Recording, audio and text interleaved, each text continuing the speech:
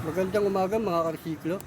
Meron na naman po tayong gagawing isang flat na TV. Ito, tatak nga CCP. Ang isi niya ay no power. Ano to, 24 inches. Hindi ko na iti-testing kasi baka may shorted to sa loob. Isa-isahin lang natin ang check nito, yung line cord bago tayo pumunta doon sa main board sa power supply. Okay, buksan ko muna itong TV para makita nyo yung kung ano yung naging salarin dito. Okay,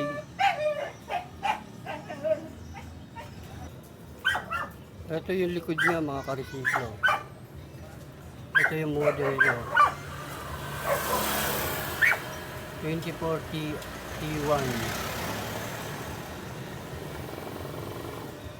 Yan, natanggal ko na yung tornilyo, bubuksan ko na lang yan.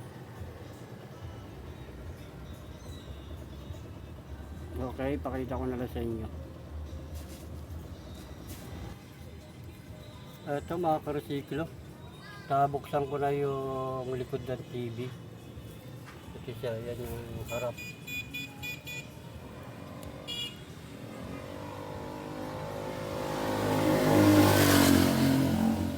Pinagtatanggal ko muna siya para ma-check ko kung okay yung ano niya. Okay, hanapin ko lang yung salarin.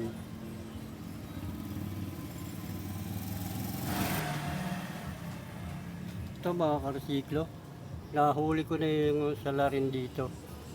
Ano lang pala siya, nag-loss yung isang line cord. Ito, yung isang linyada na to lumuwag dito sa ilalim, kaya nung hininang ko siya naging okay na.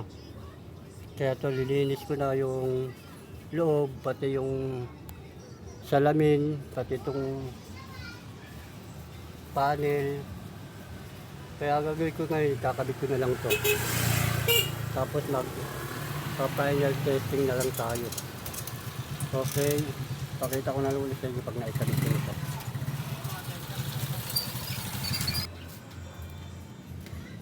Ito mga karisiklo, naikabit ko na yung takip sa likod. Ito siya, ayan, okay na siya. Ayan. Ito yan. Ngayon, ang gagawin na lang natin ito, testingin natin kung okay. Kung okay na, kung nagkaroon na siya ng power. Okay, saksak ko. Yan, nakasaksak na. Yan, buksan natin yan. Lumutang na yung indicator light. Yun, Yan, buksan natin kung okay na ba siya. Yun, nag-green na siya, nag-yellow na siya. Ayun. Meron na rin pala siya, tama. Ito, kulay ano. May guhit na siya. Ayun, may guhit na siya. Tapos nawawala naman din pala pag tumatagal. Ayan, wala na. Tapos meron siyang ano rito na parang nabasa. Itong itim na to. Ito. Pero at least nagkaroon siya ng power.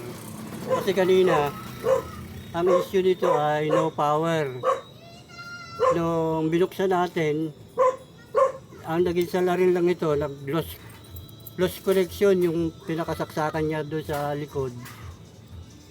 Nauga yung hinang, natanggal yung pagkahinang, lumuwag. Kaya nung hininang ko, nag-okay siya, tapos sinabay ko na yung paglilinis nitong board, itong ano na to, screen.